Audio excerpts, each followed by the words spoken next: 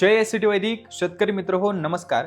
मागील 3 दिवसांपासून संपूर्ण महाराष्ट्रामध्ये खूप जोरदार पावसाचं वातावरण आहे. सगळीकडे भरपूर मोठ्या प्रमाणामध्ये पाऊस होतोय आणि यामुळे आपल्या सर्वच पिकांना समस्या येऊ शकतात. जास्त पाऊस झाल्यामुळे जास्त प्रमाणात पाणी हे आपल्या मुळ्यांच्या क्षेत्रामध्ये राहतं आणि मुळी इनॅक्टिव्ह स्टेजमध्ये जाते. वातावरणामध्ये आर्द्रता वाढल्यामुळे बुरशीजन्य रोगांचं प्रमाण सुद्धा या काळामध्ये वाढत असतं.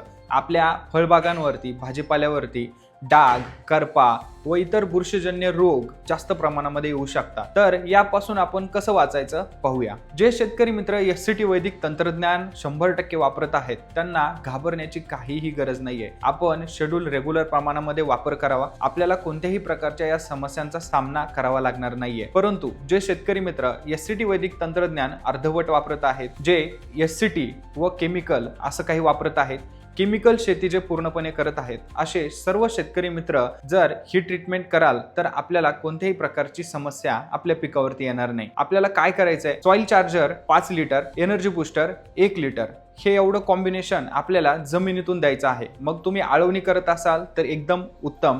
जर आपल्याला आळवणी शक्य नाहीये तर आपण ड्रिपच्या माध्यमातून हे देऊ शकता. आता हा सुरुवातीचा खर्च तुम्हाला जास्त वाटू शकतो, परंतु भविष्यात येणाऱ्या सर्व समस्या ह्या एका गोष्टीमुळे आपल्या थांबल्या जाणार आहेत. सॉइल चार्जर आपल्या मुळांना अतिरिक्त ऑक्सिजन मिळवून देईल, आपल्या पांढऱ्या मुळ्या ॲक्टिव्ह ठेवेल आणि एनर्जी बूस्टर आपल्या पिकावरती आलेला ताणतणाव हा दूर करण्याचं काम करेल. त्यामुळे ही ट्रीटमेंट नक्की करा आणि आपल्या पिकाला रोगराईपासून वाचवा. धन्यवाद.